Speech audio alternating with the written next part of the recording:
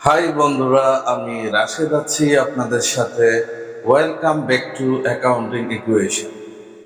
প্রিয় শিক্ষার্থী বন্ধুরা, আমরা এ পর্যন্ত বেসিকের ওপর 3টি ক্লাস নিয়েছি। আজকে আমাদের বেসিকের ওপর চতুর্থ ক্লাসটি হবে। শুরুতে স্ক্রিনে দেখে নিব আজকের আলোচনা টপিকগুলো কি কি। ব্যবসায়ের নিয়মিত কার্যক্রম পরিচালনা করে সেবা বা পণ্যের বিনিময়ে যে অর্থ পাওয়া যায় বা অর্থ প্রাপ্তির নিশ্চয়তা পাওয়া যায় তাকে আয় বলে। আয় দুই প্রকার: নাম্বার 1 পরিচালনায়, নাম্বার 2 অন্যান্য আয় বা অপরিচালনায়। ব্যবসায়ের নিয়মিত কার্যক্রম পরিচালনা করে পণ্য বা সেবার বিনিময়ে যে অর্থ পাওয়া যায় বা অর্থপ্রাপ্তির নিশ্চয়তা পাওয়া যায় তাকে পরিচালনায় বলে। আধুনিক আমেরিকান হিসাববিজ্ঞানীদের মতে বিক্রয় এবং সেবা আয় ব্যতীত অন্য সকল আয়ই হচ্ছে অন্যান্য আয় বা অপরিচালনায়। অন্যান্য আয় নিয়ে একটি কথা বলতে চাই। আধুনিক আমেরিকান হিসাববিজ্ঞানীদের মতে অপরিচালন আয়ের সকল উপাদানকে অন্যান্য আয় শিরোনামে দেখানোই শ্রেয়। পরিচালন আয় সাধারণত দুই ধরনের: নাম্বার 1 বিক্রয়, নাম্বার 2 সেবা আয়। এখন আমরা দেখব বিক্রয়ের সাথে কোন দফাগুলো যোগ হয় এবং কোন দফাগুলো বিয়োগ হয়। বিক্রয়ের সাথে যে দফাগুলো যোগ হয় সেই দফাগুলো হচ্ছে ধারে বিক্রয় বা বাকিতে বিক্রয়, অলিখিত বিক্রয়, বিক্রয় মূল্যে পণ্য উত্তোলন। বিক্রয় থেকে যে দফাগুলো বাদ যাবে সেগুলো হচ্ছে বিক্রয় ফেরত, আন্ত ফেরত বা অন্তর্মুখী ফেরত, বিক্রয় বার্তা, মুনাফাবিহীন বিক্রয়, বিক্রয় অথবা ফেরত শর্তে পণ্য বিক্রয় এবং ভ্যাট বিক্রয় থেকে বাদ দিতে হবে। এখন আমরা দেখব সেবা আয়ের সাথে কোন কোন দফাগুলা যোগ হয় আর কোন কোন দফাগুলা বিয়োগ হয়।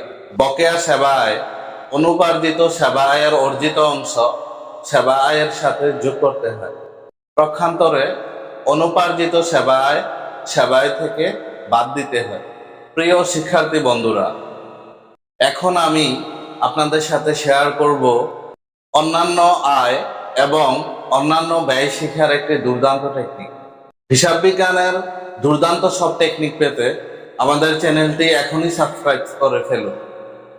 অন্যান্য আয় ও অন্যান্য ব্যয় শিক্ষার টেকনিকটি হচ্ছে অন্যান্য আয় গুলোকে উল্টে দিলেই আমরা অন্যান্য ব্যয় পেয়ে যাব।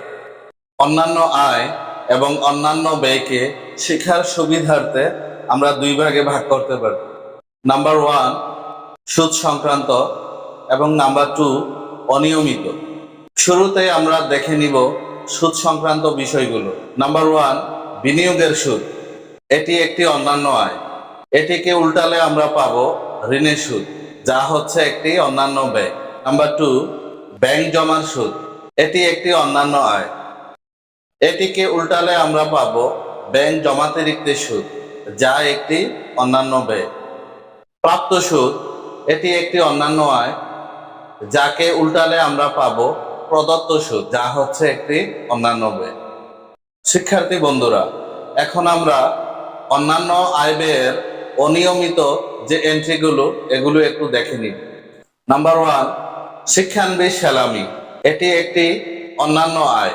এটিকে উল্টালে আমরা শিক্ষানবিশ ভাতা পাবো, যা একটি অন্যান্য ব্যয়। নাম্বার 2 স্থায়ী সম্পদ বিক্রয়জনিত লাভ। এটি একটি অন্যান্য আয়। একে উল্টালে আমরা স্থায়ী সম্পদ বিক্রয়জনিত ক্ষতিকে পাবো, যা হচ্ছে একটি অন্যান্য ব্যয়। নাম্বার 3 বিবিধ আয়, যা হচ্ছে একটি অন্যান্য আয়। এটিকে উল্টলে আমরা পাবো বিবিধ খরচ, যা হচ্ছে একটি অন্যান্য ব্যয়।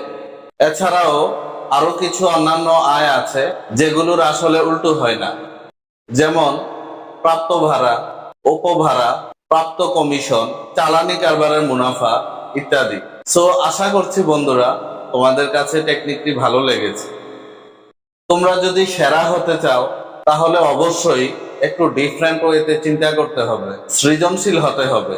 তুমি যদি অন্য 8-10টা সাধারণ মানুষের মতোই চিন্তা করো তাহলে দিন শেষে অন্য 8-10টা সাধারণ মানুষের মতোই তুমি থেকে যাবা। ভিড়ের মধ্যে নিজেকে চেনাতে হলে আলাদা কিছু করতে হয়। ব্যবসায়ের নিয়মিত কার্যক্রম পরিচালনার জন্য যে ব্যয় হয় বা পণ্য বা সেবার জন্য যে ব্যয় করতে হয় তাকে ব্যয় বলে। ব্যয় 3 প্রকার। নাম্বার 1 বিক্রিত পণ্যের ব্যয়, নাম্বার 2 পরিচালন ব্যয়, নাম্বার 3 অন্যান্য ব্যয় বা অপরিচালন ব্যয়। একটি পণ্য বিক্রয়ের পূর্ব পর্যন্ত তার পিছনে যে পরিমাণ ব্যয় করতে হয় তাকে বিক্রিত পণ্যের ব্যয় বলে।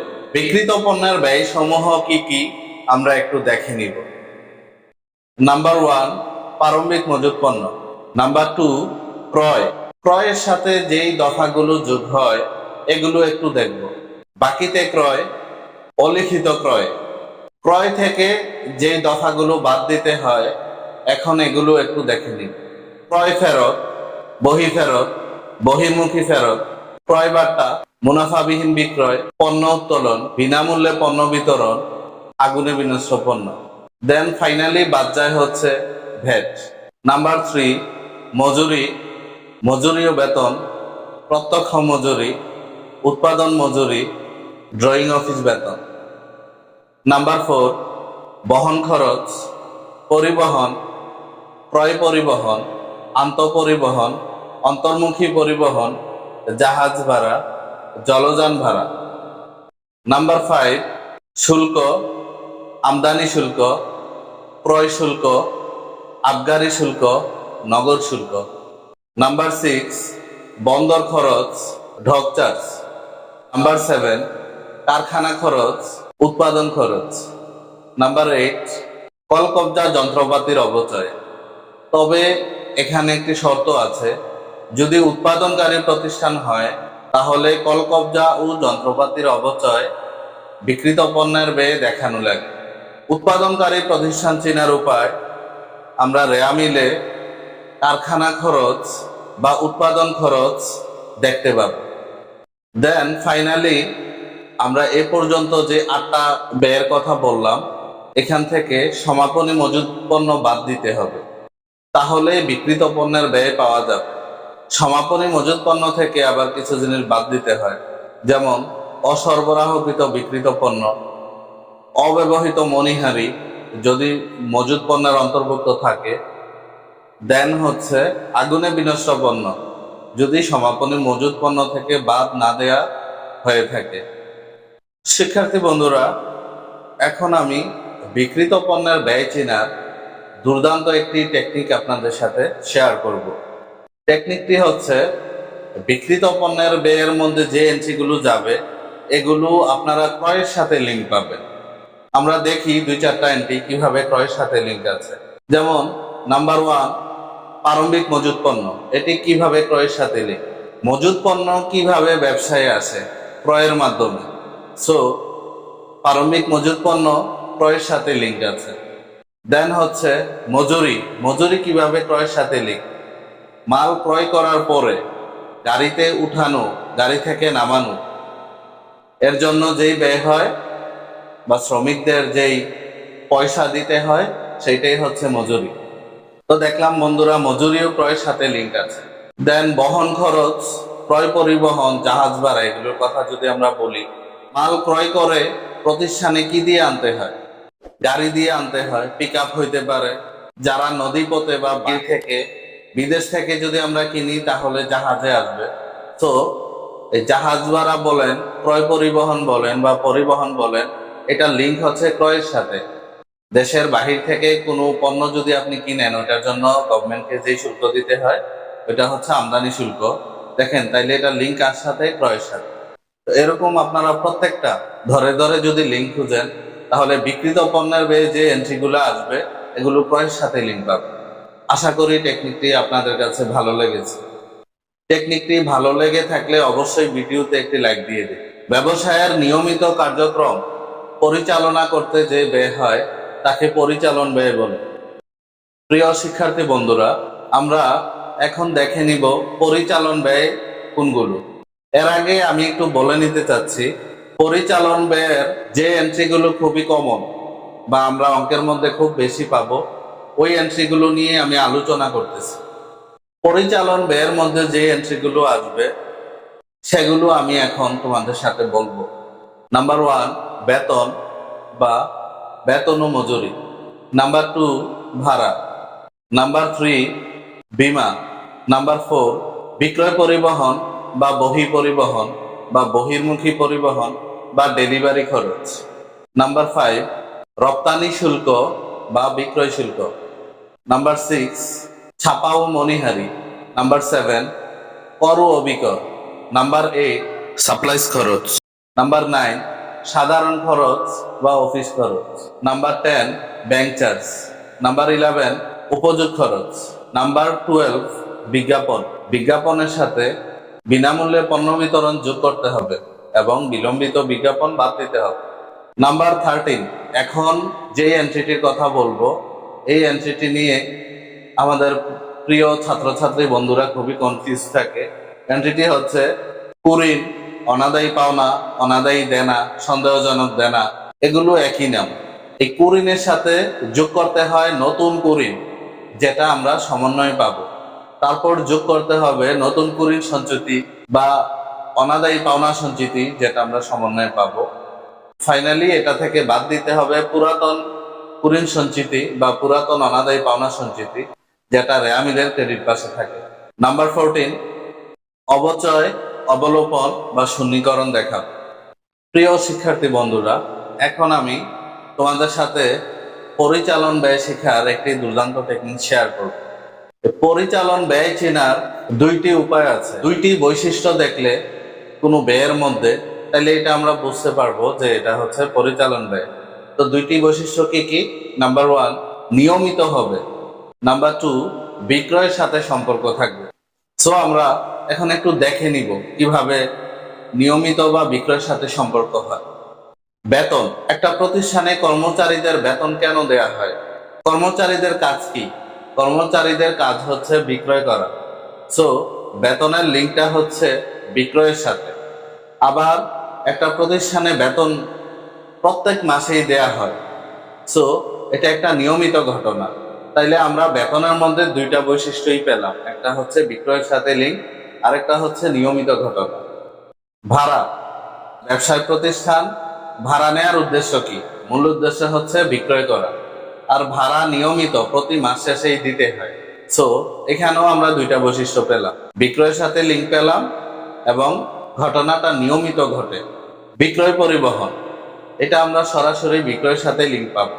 বিক্রয়কৃত মাল যদি আমরা ক্রেতা যেখানে আছে ওইখানে পৌঁছে দেই, তাহলে এটাকেই বিক্রয় পরিবহন বলে। তো এটা বিক্রয়ের সাথে লিঙ্ক। তারপর যদি বলতে চাই অবচয়, অবলোপন, এগুলো নিয়মিত ঘটনায়। তো আমরা এই দুইটা বৈশিষ্ট্যের নিয়মিত ঘটনা অথবা বিক্রয়ের সাথে লিঙ্ক, এই দুইটার কোনোটা যদি আমরা কোনো এন্ট্রির সাথে পাই লিঙ্ক খুঁজতে গিয়ে, তাহলে অবশ্যই এটা পরিচালন। টেকনিকটি আপনাদের কেমন লাগেছে কমেন্ট করে জানাবেন। অন্যান্য আয় এবং অন্যান্য ব্যয় চেনার সুবিধার্থে আমরা দুইটা ভাগে ভাগ করতে পারি। একটা হচ্ছে শর্ত সাপেক্ষ, আর একটা হচ্ছে অনিয়মিত। মানে এই দুইটা বৈশিষ্ট্য যদি কোনো এন্ট্রি বা দফার মধ্যে থাকে, তাহলে অবশ্যই এটা অন্যান্য আয় হবে, না হয় অন্যান্য ব্যয় হবে, যেটাকে আমরা আগে অপরিচালন আয় বা অপরিচালন ব্যয় বলতাম। আমি ভিডিওর শুরুতেই বলেছি, আধুনিক আমেরিকান হিসাব বিজ্ঞানীরা অপরিচালন আয় এবং অপরিচালন ব্যয়কে অন্যান্য আয় ব্যয় বলার জন্য সাজেস্ট করেছে। সো আমরা অন্যান্য আয় ও অন্যান্য ব্যয় লিখব, যেহেতু সারা পৃথিবীতে আমেরিকান অ্যাকাউন্টিংই ফলো করা হয়। তো শর্ত সাপেক্ষ কোনগুলা? শর্ত সাপেক্ষ হচ্ছে সকল প্রকার সুদ আমরা শর্ত সাপেক্ষর মধ্যে ফেলে দিতে পারি। কিভাবে একটু শুনি। যেমন ঋণের সুদ। কোনো প্রতিষ্ঠানের যদি ঋণ থাকে তাহলে ঋণের সুদ দিতে হবে। তো ব্যাপারটা শর্ত সাপেক্ষ।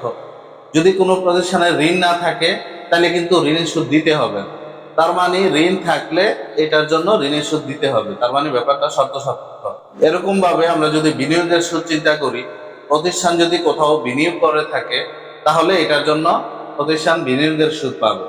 সো এটা বিনিয়োগের সাথে সম্পর্কিত, যদি বিনিয়োগ থাকে তাহলে বিনিয়োগের সুদ আসবে। সো এটাও শর্ত সাপেক্ষ। তার মানে আমরা বুঝতে পারলাম সুদগুলা হচ্ছে শর্ত সাপেক্ষ।